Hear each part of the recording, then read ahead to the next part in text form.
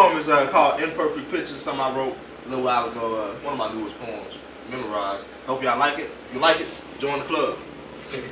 We'll teach y'all to write like this and perform like this. Welcome to the city of death, where we don't live long, and the children are grown by the time they 15 years old. And the summers are cold, and the winters are hot, and sunshine don't last that long. Welcome to the life of a child in the ghetto, of a child in the ghetto. Imagine 4 shots in the pistol of a young gangster being powered by poverty and anger, aiming the chamber aimlessly in the open area where children run and play with no regard to danger.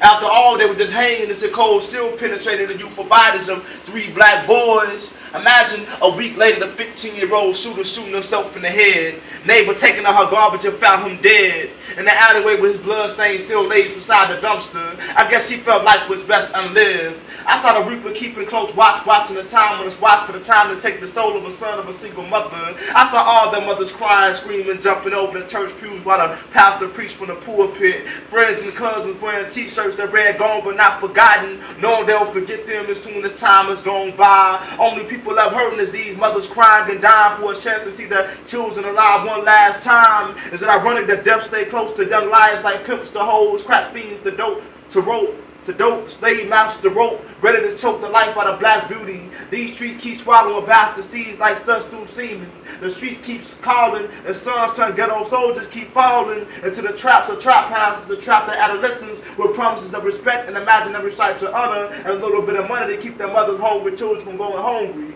Hell, it's a win-win to them those who knows what it means to be poor, peruse to the raggedy Converse shoes of those kids and tell them what you would do if your lights and water were off and you were hungry and stinking. What would you do?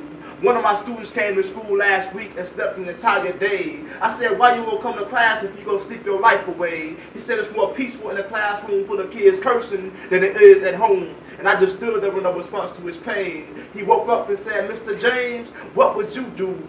Imagine a young girl pregnant with a 3rd child in the 10th grade. She said her daddy was the father of all 3, but he didn't want to claim them or feed them. These words flowed off her lips easy as if it was a normal situation to be the baby mama of a rapist. But she keep coming to school every Monday. Ain't that something? That life can be so full of chaos, but still you can find the courage to live on. It's amazing how God can give them birth to hope and faith. Born from the womb of obstacles thought not to be overcome. Like slaves singing songs in the moonlight at night.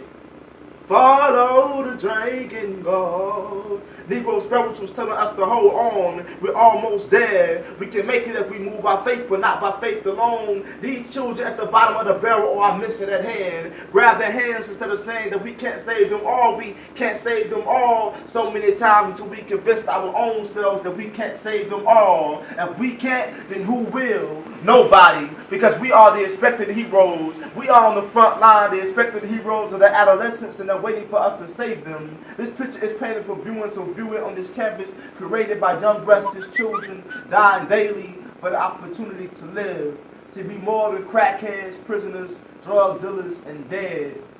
And I can't imagine giving up on these beautiful children burning with brilliance because so many have already given up on themselves. And sitting back watching them die all slowly is no different from being a murderer.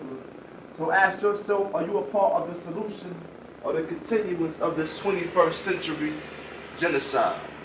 Thank y'all. Yeah!